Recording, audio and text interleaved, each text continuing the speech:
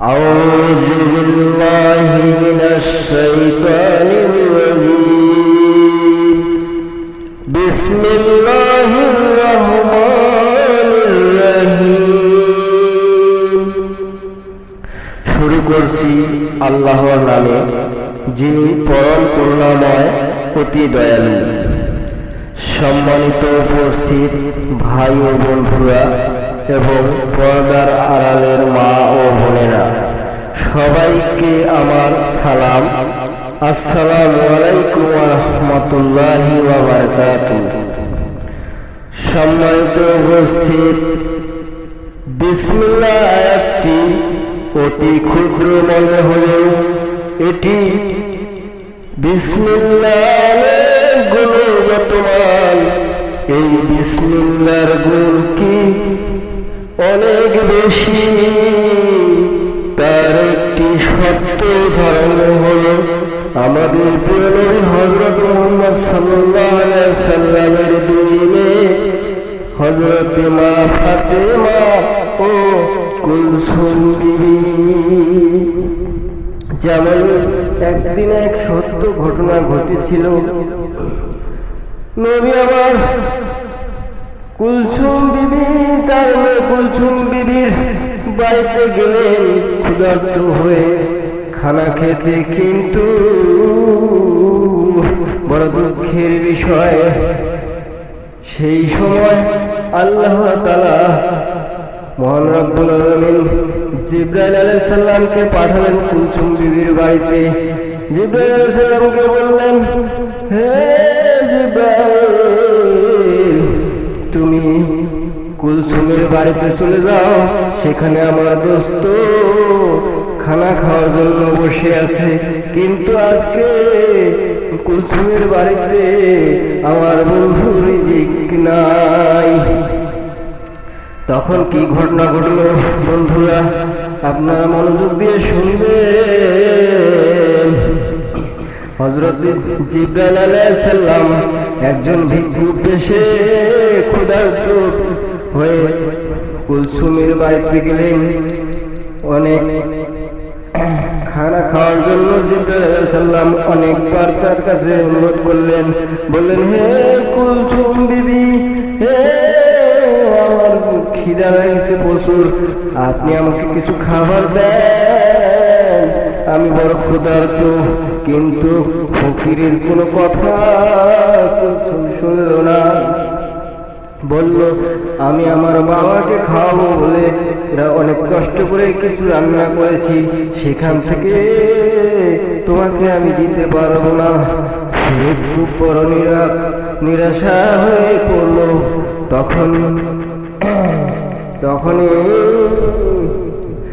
তখনই ক্ষুধার্ত ভিক্ষুক তার ক্ষুধা নিয়ে ফেরত চলে গেলেন। এই অবস্থা হযরত মুহাম্মদ সাল্লাল্লাহু আলাইহি সাল্লাম দেখে সহ্য করতে পারলেন না।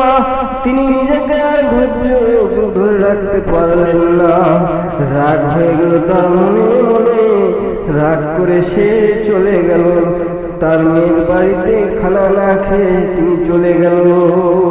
চলে যাওয়ার পথে খেজুর বাগানের মধ্যে দেখা হলো তার ওসমান গনির সঙ্গে।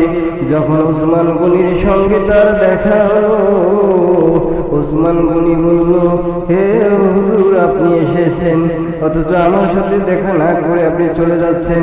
চলেন আমার বাড়িতে, চলেন আমার বাড়িতে আপনি খানা খাবেন। ওসমান গনির এই কথা শুনে নবী বললেন, হে ওসমান, আমি তোমার বাড়িতে গিয়েছিলাম কিছু খানা খেতে, কিন্তু আমার মেয়ে কুলসুম ফকিরের ক্ষুধার্ত ফকিরকে না খাওয়াইয়া তাকে অপমান করে তাড়িয়ে দিয়েছে। সেই দৃশ্য দেখে আমি আর তোমার বাড়িতে খাইনি এবং তোমার বাড়িতে আর এখন যাব না। তখন ওসমান গনি অনেক রিকোয়েস্ট করে বলল, রাসূল সাল্লাল্লাহু আলাইহি সাল্লাম, কি করলে আপনি আমাকে ক্ষমা করবেন, কি করলে সমাধান হবে? তখন নবী বললে, একটা শর্ত আছে, তবে আমি তোমার বাড়িতে খানা খেতে পারি। তখন ওসমান গনি বলল, হে নবী, আপনি বলেন কি শর্ত? নবী বললেন, আরব দেশে আরববাসীদেরকে তুমি সবাইকে দাওয়াত করতে পারো, তবে আমি তোমার বাড়িতে খানা খাবো। ওসমান গনি তখন বলল, ঠিক আছে হুজুর, আমি আরববাসীকে দাওয়াত করে খাওয়াবো। তখন বাড়িতে এসে কুলসুমকে ওসমান গনি সব খুলে বলে যে তোমার পিতা রাগ করেছে, তুমি তাকে খানা না দিয়ে, তুমি ভিক্ষুককে খানা না দিয়ে তুমি তাকে রাগান্বিত করেছো। এখন এর সমাধান হলো আরব দেশকে দাওয়াত করে খাওয়াইতে হবে, নইলে নবী তোমার বাড়িতে আর খানা খাবে না। ভাই তখন কুলসুম বিবি ওসমান গনির কাছে একটি কথা বলবো, যাও যে হে স্বামী, তুমি দাওয়াত দিতে পারো আরব দেশের, কিন্তু আমার একটি শর্ত আছে। তখন ওসমান গনি বলল, বলো তোমার কি শর্ত? তোমার শর্তটাও আমাকে মানতে হবে, যেহেতু তুমি আমার ঘরের বিবি, তোমার কথা রাখা আমার কর্তব্য। তখন বলল, স্বামী তুমি সারা আরববাসীরে দাওয়াত করতে পারো, কিন্তু দাওয়াত করবে না আমার বোন ফাতেমাকে। ফাতেমা কাপড় 70 তালি কাপড় পরে, সে প্রচন্ড নোংরা কাপড় পরে, সে তারা খুব গরিব অসহায়। তারা যদি আমার দাওয়াতে অংশগ্রহণ করে তাহলে আমার ইজ্জত থাকবে না, আমার সম্মান থাকবে না। হায় কি মানুষ, আজব ঘটনা, ভালো করে শুনবেন মন দিয়ে। ভাই গরিব হলে কিন্তু কেউ চিনে না, গরিব মানুষকে কেউ দাম দেয় না, গরিব মানুষকে কেউ দাওয়াতে করে না। হায়রে গরিব মানুষের কথা বলতে গেলে ভাই অনেক কিছু পৃথিবীতে দেখবেন আপনি। 100%-এর ভিতরে 80% গরিব, কিন্তু এই গরিবদেরকে দাওয়াত না করে, যে কোনো দাওয়াতে যদি নবীকে দাওয়াত করা হয়, নবী সে দাওয়াত কবুল করবে না। তাই বলছি, আপনার বাড়িতে যে কোনো দাওয়াত, মেজবানি, যে কোনো অনুষ্ঠানে হোক না কেন, বন্ধুদেরকে দাওয়াত দেওয়ার পাশাপাশি আপনি গরিব বন্ধুদেরকেও দাওয়াত দেবেন। আশেপাশে অসহায় যে ব্যক্তিরা থাকবে তাদেরকে আপনি দাওয়াত করবেন। ভাই আমার কথাটা মনে রাখবেন, অতি গুরুত্ব একটি কথা। মানুষকে খাওয়াইলে কখনোই কমে না, মানুষকে খাওয়াইলে সেই খাওয়া পূর্ণ করবে কে? খেয়ে সম্পদ পূর্ণ করবে কে? আল্লাহ। আল্লাহ চাইলে আপনাকে সম্পদহীন করে দিতে পারে 1 মিনিটে। আল্লাহর কাছে কোনো সময় লাগে না। আল্লাহ যদি বলে তুমি ধ্বংস হয়ে যাও, যখন তখন তুমি ধ্বংস হয়ে যাবে। তাই মানুষকে সবাইকে আমি একটাই অনুরোধ করবো, ভাই নিজের অহংকার, ক্রোধ, লোভ, লালসা এগুলো ছেড়ে দিন, সত্য এবং সরল পথে আসেন। সত্য সরল পথ এটাই যে সকল মানুষকে আপনি সবাইকে বন্ধু মনে করবেন এবং সকল মানুষকে আপনি নিরাশ করবেন না। আপনি সবাইকে সাহায্য সহযোগিতা করবেন, সবাইকে ভালোবাসবেন, এটাই সবার প্রতি আমার অনুরোধ। আরো কিছু কথা আছে ভাই, বলে যাই শুনেন। তখন নবী করিম সাল্লাল্লাহু আলাইহি ওয়াসাল্লামকে দাওয়াত করেছে আরব দেশের যত মানুষকে, সবাইকে দাওয়াত করেছে। তখন কুলসুমের বাড়িতে সবাই যখন দাওয়াত খেতে আসে, সবাই যখন লাইন হয়ে বসে পড়ে, সবাই খানা খাওয়ার জন্য অতি আগ্রহে বসে আছে। যখন সবাইকে খাওয়ার উপস্থিত করবেন, তখন হঠাৎ করে দেখতে পায় সব খাবারগুলো কয়লা হয়ে গেছে। হায় রে কি আলহামদুলিল্লাহ, সৃষ্টিকর্তার লীলা খেলা বোঝা বড়। কুলসুম বিবির সকল খাবার কয়লায় হয়ে গেছিল। তখন এই ঘটনাটি হযরত মুহাম্মদ সাল্লাল্লাহু আলাইহি ওয়াসাল্লামকে চুপি চুপি জানানো হলো যে পিতা, হে নবী, আমার খাওয়াগুলো সব কয়লা হয়ে দাওয়াতি মেহমানদেরকে কি করে খাওয়াবো? তখন রাসূল সাল্লাল্লাহু আলাইহি সাল্লাম বলল, তুমি কি তোমার বোন ফাতেমাকে দাওয়াত করেছো? তখন বলল, না, ফাতেমা তো গরিব, 70 তালি কাপড় পরে, তাকে দাওয়াত করলে আমার মান সম্মান থাকবে না, এই জন্য আমি তাকে দাওয়াত করি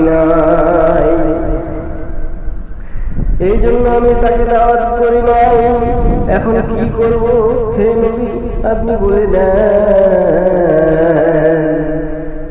নবী করিম সাল্লাল্লাহু আলাইহি ওয়াসাল্লাম তখন বললেন, হে মেয়ে কুলসুম, তুমি অতি তাড়াতাড়ি চলে যাও মা ফাতেমার বাড়িতে।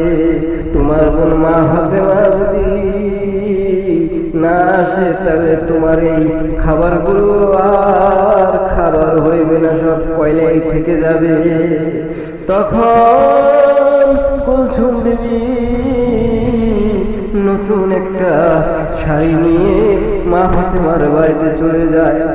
মা ফাতেমার বাড়িতে গিয়ে তার বোনের কাছে কাকুতি মিনতি করে ক্ষমা চায় যে, বোন তুমি আমাকে ক্ষমা করে দাও, তোমাকে দাওয়াত দেইনি বলে, তোমাকে অপমান করেছি বলে আজ আমার বাড়িতে শত শত হাজার হাজার মেহমান খাওয়ার জন্য বসে আছে, কিন্তু আমার খাওয়ার বসন কয়লা হয়ে গেছে।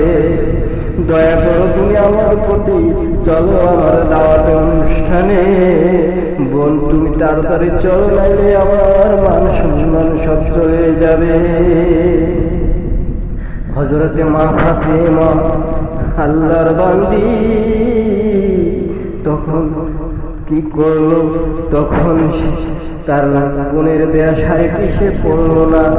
আল্লাহ তাআলা জিবরাইল আলাইহিস সালামের মাধ্যমে একটা জান্নাত থেকে শাড়ি পাঠিয়ে দিল। তার বিবি কুলসুম যে শাড়িটা নিয়ে গিয়েছিল সেই শাড়িটার চাইতে উন্নত শাড়ি, জান্নাতি শাড়ি, এটা হেন তেন শাড়ি নয়। তখন এত সুন্দর শাড়ি দেখে বিবি কুলসুম সেই শাড়িটাকে পছন্দ করলো। বললো, তোমার এই শাড়িটা দেখতেছি অনেক সুন্দর, এই শাড়িটা আমার একটুখানি দেওয়া করবো। কুলসুম বিবি সেই শাড়িটা নিয়ে যখন তার গায়ে জড়ালো, কুলসুম বিবি মাটির তলে চলে গেল। তখন বললো, হে বোন ফাতেমা, আমাকে ধরো, তাড়াতাড়ি ধরো, নাইলে আমি মাটির তলে তলিয়ে যাচ্ছি। তখন শাড়িটি তাকে ফেরত দিয়ে দিল। সেই শাড়ি পরে মা ফাতেমা তার বোন কুলসুমের বাড়িতে গেল। আল্লাহর রহমতে বিসমিল্লাহ বলে খাবারের হাড়িতে হাত দিল। সব খাবার আবার খাবারে পরিণত হলো। সবাইকে ঠিক ভাবে খাওয়ালো। তখন কুলসুমের মান সম্মান রক্ষা হলো, কিন্তু মা ফাতেমার কারণে যে মা ফাতেমাকে অপমান করলো, যে মা ফাতেমাকে দাওয়াত করলো না, সেই মা ফাতেমা ছাড়া তার মান সম্মান বাঁচে না। এই জন্য বন্ধুরা সবাইকে বলি, অহংকার করো না, অহংকারে কিন্তু ধ্বংস হয়। বন্ধুরা, যে কথা বলেছিলাম বিসমিল্লাহর অনেক গুণ, এই বিসমিল্লাহর কারণেই কিন্তু কুলসুম বিবির এবং ওসমান গনির ইজ্জত রক্ষা পায়। বিসমিল্লাহ অনেক বরকত। তাই আমি সকলকে অনুরোধ করব, যে কোনো কাজ শুরু করার সময় অবশ্যই বিসমিল্লাহির রহমানির রহিম বলে শুরু করবে। বিসমিল্লাহির রহমানির রহিমের গুণগত মান বলতে গেলে আজীবন শেষ হবে না। যে কোনো কাজ শুরুতে আপনি বিসমিল্লাহ বলবেন, বিসমিল্লাহ না বলে কোনো কাজ শুরু করবেন না। ভাত খাওয়ার সময় বিসমিল্লাহ বলে ভাত খাবেন, যে কোনো একটি কাজ শুরু করার সময় বিসমিল্লাহ বলবেন। বিসমিল্লাহ বলে যে কাজটি আপনি শুরু করবেন, অতি কম সময়ের ভিতর সেই কাজটি সমাধা হয়ে যাবে, সেই কাজের ভিতরে বরকত চলে আসবে। বরকত এমন একটা জিনিস, সেটা হলো আল্লাহর রহমত। স্বয়ং আল্লাহর রহমত কখনো কেউ স্বীকার করতে পারে না। ওই তেমনি কুলসুম বিবি সেদিন মা ফাতেমাকেও স্বীকার করতে পারে না।